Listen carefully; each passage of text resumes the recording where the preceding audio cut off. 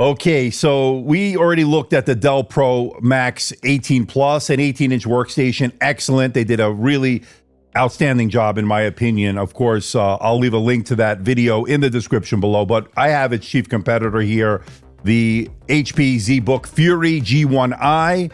This is also an 18-inch mobile workstation. Now, this is also pretty incredible in its own right. Now, here's what we're talking about. An Intel Core Ultra 9 285HX, 64 gigabytes of memory in this one. It is upgradable memory, obviously.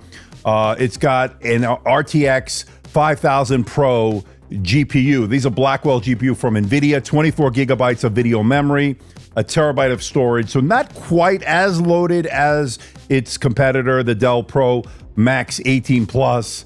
This name is a little bit easier to say, I guess. But in the end of the day, this has its own features that I think are pretty unique, and there's a couple that really stand out to me. But you are getting an absolutely gorgeous display here. This is 18 inches, IPS, obviously, because it is 18 inches. 165 hertz on this one, as opposed to the 120 on the Dell, but this display is really great. As far as the resolution on this, you're looking at 2.5K, so this is 2560 by 1600, and like I said, 165 hertz. So this is really, really good. The build here is pretty amazing, and the overall features on this are great. We'll get into. As you can see here, this has a lot of great things here. A really great keyboard, a well laid out numeric keypad there. You got physical mouse buttons right there, a really nice touchpad here, although it's not haptic, but it is a great glass touchpad, very responsive. And I think the overall package here has been pretty incredible. Now, there are a couple of things I wish they would have changed on this. It's not fed as much power as the Dell Pro Max 18 Plus, so we'll talk about that when we look at the numbers and compare them. And I think the overall takeaway is this is a pretty amazing mobile workstation, especially in this 18-inch category. If you want to get work done in AI, you want to get architectural work, medical imaging, ISV certified applications to run on this. You're going to do 3D rendering, video editing. I think you get the picture. Let's get into it right now. Hey everybody, it's Andrew, and this is the HP ZBook Fury, the G1i, brand new for 2025. Coming up.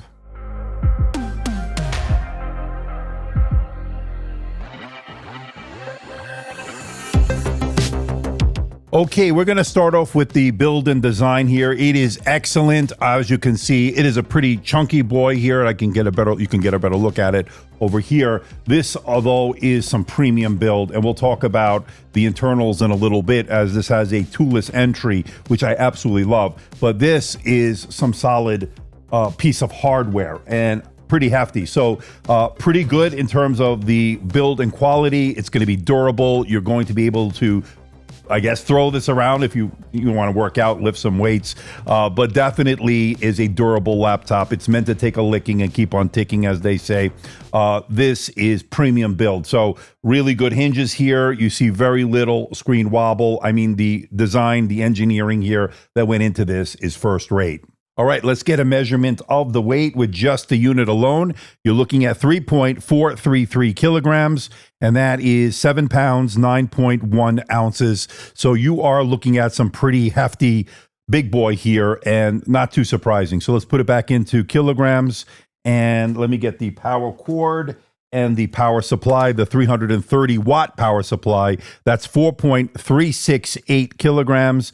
And in pounds, that is 9 pounds, 10.1 ounces. So a little bit of heft here, to say the least. Definitely some weight to take with you on the road. But it is portable enough to take it from office to office, from room to room, and if you have your home office, and down to the living room, whatever you're going to use it.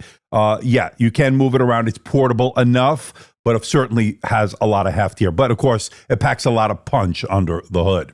Now, for those wondering, yes, you can easily open this with one finger, and very minimal screen wobble. Love it. Really great job in terms of the engineering. Now, as far as the display, 18 inches, 165 hertz, 2560 by 1600. You are looking at a QHD Plus display. It is pretty gorgeous. It's IPS. It is non-glare, non-reflective in terms of that, so you don't have to contend with any of that kind of stuff. You don't have to worry about screen burning. You don't have to worry about PWM as you would with an an OLED. So this is a really, really gorgeous display. So for doing content creation in video editing, Lightroom, Photoshop, stuff like that, you'll do well. DaVinci Resolve, Premiere Pro. This is a great display. It's got excellent coverage of the color gamut. It is color accurate. So if you want to do those tasks, you will get that job done here on a professional level. Now, on your downtime, if you want to watch movies on this, it's been great. Although I don't see an option for HDR on this, which is kind of disappointing in a sense, because if you go to the settings here,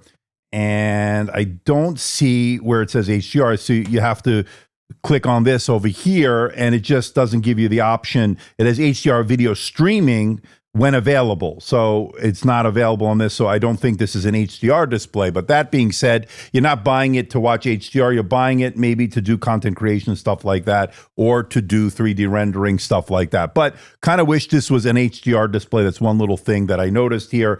But again, you don't have to contend with any of the downsides of an OLED display, such as screen burn-in or PWM, as I mentioned. Now, of course, this display has got plenty of real estate in terms of doing things like spreadsheets and stuff like that. So you have a lot of room here, and you're going to definitely get the benefit of such a nice display. Now, for those wondering, yes, you can bring the screen back 180 degrees. And like I said, the hinges are pretty amazing on this, so no screen wobble when typing. Now, let's talk keyboard here. This is a great layout here. It's an excellent keyboard. It's got a great backlight on it in terms of seeing the backlight on a dimly lit room, or say in your airplane cabin, for instance, if you want to take this beast with you. Again, great layout in terms of the numeric keypad here. So if you want to get work done, spreadsheets, crunch some numbers, you can definitely do that.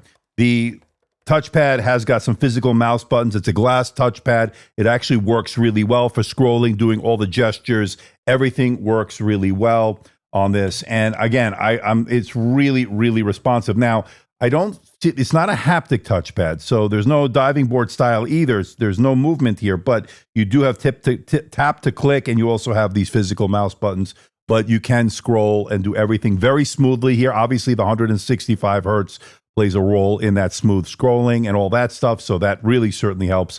And this is a great touchpad, great keyboard overall, and I think an excellent job here done by HP. All right, let's talk performance, and this is running the Core Ultra 9 285HX, so you're going to get excellent single multi-core performance, very similar to what we saw on the Dell Pro Max 18 Plus that we looked at. Oh, that name, my God. Anyway, the ZBook Fury G1i 18, not a great name either. Let's just call it the Fury here. Did very well in the Cinebench 2024 and in the Geekbench 6, so no problems in single multi-core performance, so synthetic benchmarks bear that out. Now, they both have the same RTX 5000 Pro Blackwell graphics with 24 gigabytes of video memory. So that is where they are the same, although this is fed 150 watts of total TGP, that boost power there, whereas the Dell Pro Max 18 Plus has 175 watts. And that 25 watt difference certainly rears its head here. As you can see, the Dell Pro Max 18 Plus did better in the Time Spy and in the Wildlife Extreme scores. So definitely you'll see the difference in that 25 watts. So definitely, if you are going to look at the synthetic benchmarks and so forth, the 3D mark will definitely give you an idea of the difference between that 25 watts between the two. Now, that being said, this in its own right did excellent in the video rendering and stuff like that. I ran the Puget Bench DaVinci Resolve benchmark, and it did very well, as you can see from the numbers. And so if you're going to do video editing in Premiere Pro, DaVinci Resolve, this certainly can get the job done. Did an excellent job in that regard. Now, as far as the thermals on this, you can definitely do well here in the thermals. It never got overly hot. I didn't notice any parts of there where you get uncomfortable. Where you place your fingers on the keyboard or on the underside did really great. They did a great job in terms of the cooling solution. And when it comes to fan noise, you're definitely doing okay here. Although when you're in the performance mode and doing high-end tasks, you will notice some fan noise, but it's not terrible. Pretty much par for the course, what you get with an 18-inch workstation here. Well, I would say is that the Dell Pro Max 18 Plus was exceptional when it comes to fan noise for the way they've employed it. So this is a little bit louder, obviously, but the way that Dell put it, they did a great job in terms of the fan noise. This is okay, but again, this will be louder. Now, when it comes to battery, this did better than the Dell. This has a 99 watt-hour battery, which is just about the legal limit you can take on an airplane, which is bigger than the battery on the Dell, and you're seeing it in the numbers as this one did better on the PC Mark X Modern Office test and the video playback test. So not a big surprise there. Now, gaming-wise, if you want to do it on your downtime, you can, and you're going to look at 1 to 2 hours maybe on this, but I wouldn't really get this for gaming. Obviously, you're spending quite a bit of amount of money. We'll talk about price in a little bit, but you can game on it, and you don't expect to do it on battery and expect to get longevity out of it. But the overall battery life is good. Now, they do supply you with a 330-watt barrel pin connection type charger power supply, and it does charge pretty fast and supplies certainly enough juice to get this beast going. So definitely good in that regard. All right, let's check out the port selection. On the left side is your DC in. You get 2 Thunderbolt 5 ports that support 80 or 120 gigabits per second, so that's really good. You get an HDMI 2.1. You get a full-size SD card reader, which as a content creator, I certainly appreciate. And that is it for the left side. Moving over to the right side, you get your smart card reader, a 3.5 millimeter microphone headphone combo jack, a USB Type-C Thunderbolt 4 port. You get a Type A port, that's a USB Type A. You get a drop jaw gigabit LAN port, 2.5 gigabits. And then you get a Kensington lock port to round out the ports. Now, there is built-in 5G, although it is eSIM. It is not a physical SIM card slot here, so just keep that in mind. And this unit does have the 5G for those wondering. Now, before I give you an example of the camera, I'm now showing you the Polycamera Pro app, which to me is pretty excellent when it comes to video conferencing. They give you a lot of features. You've got the different backgrounds, you've got the different features basically, and this is rich in terms of user control and stuff like that. It even has the magic background where you can actually use AI to sort of help you out here. But we could do a whole video in and of itself on this, but I just want to show you how great this is. Now, this is a 5 megapixel camera. You can record up to 4K, so this is really good. Now, let me give you an example and let me know how it looks, and maybe most importantly, how does it sound? So this is the 5 megapixel camera here on the HP ZBook Fury G1i 18-inch mobile workstation. This is an IR camera. That means you can log in with face recognition with Windows Hello. There's also a shutter switch above the camera for more security and privacy. Now, this is a great camera. I have no problems with it, although I think the Dell looked really good. We'll maybe compare the two when we do the head-to-head. But you can tell me if it looks good, how does it look, and how does it sound? Let me know. Now, this is the Polycamera Pro app, which I think is amazing. And here is the meet and greet. And this, of course, has my name and all that stuff. I just put it in there. But it's just for an example. You can do blank, where there's nothing there. And then you can do front and center, where you have the zoom in and all that stuff, so the auto framing is in effect there. See, if you want to take a break, you put this screen on, and that works pretty well. And then, of course, you can do the Anywhere Studio. So you have the different backgrounds. You got the Copper Seaside, you've got the outdoor, you've got living room, and you've got, let's say, office here. So these are some of the different backgrounds you can do on this, and I think it works reasonably well here. Now, there's a few things that you look at here. You can do the filters, so you could do pop, you can do quiet background, you can do sun-kissed, and you can definitely do some really nice stuff here. I like the pop, so that's pretty good. Now, when it comes to audio, you're definitely going to see a benefit here having quad speakers. This is definitely better than the Dell Pro Max 18 Plus that we looked at. That was not quite as good. One of the downsides of that device. This is definitely better. So let's give it a listen, and let me know what you think in the comment section below. Let's listen to these quad speakers.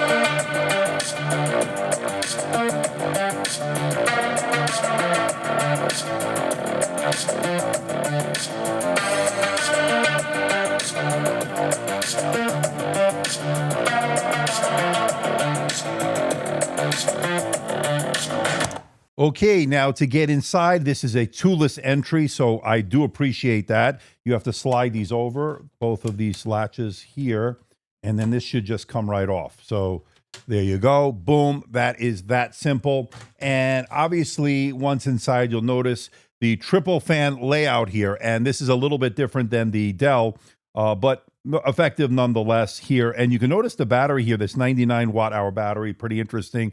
Empty spot over here. Here's your Wi-Fi card, and that of course is slotted in, so you can change that out if you have to. Here's one SSD, and then there's a total of 4 SSD slots, which are located right there. And then the RAM is over here, and you've got 4 SODIMM slots. So that is good. No CAM memory for this, which is kind of unfortunate because the Dell does have the CAM memory option, the CAM 2 memory, as well as the Lenovo. Their workstations will have that as well. There's your 5G modem right there. That's going to be great for those that need that always-on connection. I can't help but think what this extra space here is for.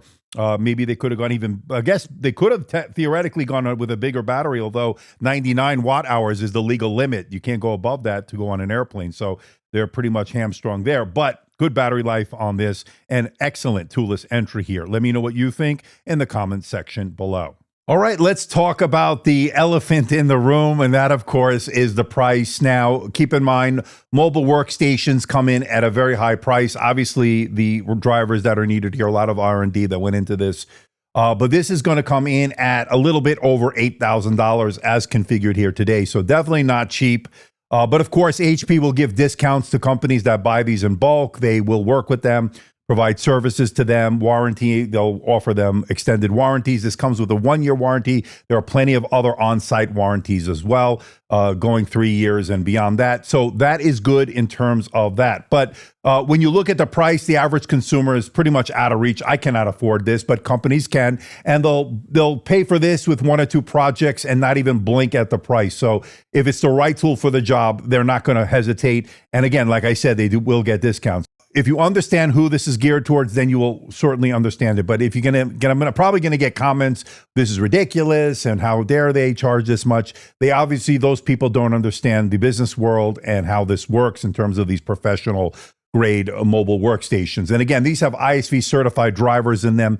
And my analogy is going to say the same here. If you're building a bridge, right? You don't want to get the calculations wrong. You don't want to be inaccurate. You need to be precise because one wrong calculation can mean a bridge collapse, a calamity, a disaster. And this is what these are for. So just keep that in mind. So that is really what I think about the pricing here. So, let me know what you think in the comment section below. All right, let's bring it all home. What do I think about the HP ZBook Fury, the G1i 18-inch mobile workstation for 2025? This is an amazing device, although I will say the Dell Pro Max 18 Plus does have more power fed to it. 25 watts does make a difference when it comes to the 3D Mark scores. Take it from what you will, but definitely better performance on that one. This has 165 hertz display versus 120 hertz, so take it from that what you will. As far as the single multi-core performance of the Core Ultra 9 285HX, pretty similar there. Better battery life on this. It has a bigger 99 watt hour battery versus that Dell. And I think the keyboard's excellent here. Really great touchpad, although I wish it was haptic. But it does have those physical mouse buttons that for those that want that. As far as the thermals, they did an excellent job. No thermal throttling here or under heavy load. Didn't see any throttling. And so far, this thing has been a beast in every sense of the word. Yes, it is big, it is heavy, but it is a beast nonetheless. This is a behemoth, and I absolutely love it. It's in your face, and you gotta love it. The build quality here is off the charts. I love the toolless entry. I love the Thunderbolt 5 ports here. That's great. I love the upgradeability of this with the 4 SODIMM slots, although I'd like to see some Cam 2 on this as far as an option. I love the 5G. I love the replaceable Wi-Fi card, Wi-Fi 7 here.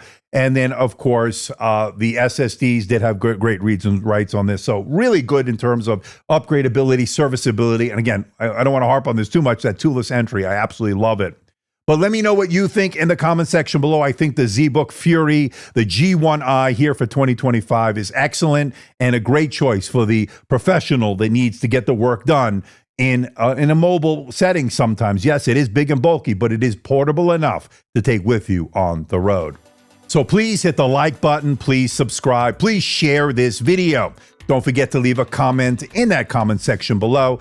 And if you are a casual viewer of my content, why not consider subscribing? We're making our big push for 300,000 subscribers. We're getting ever so close towards the end of the year, so I would appreciate it, and it doesn't cost you anything. Now, if you're going to buy something like the ZBook Fury G1i, this 18-inch, or maybe even the others in the line, why not check out the links in the description below? Yes, they are affiliate links. No, I do not get a huge commission, a small commission that goes to support the channel. It helps keep the lights on here in the studio.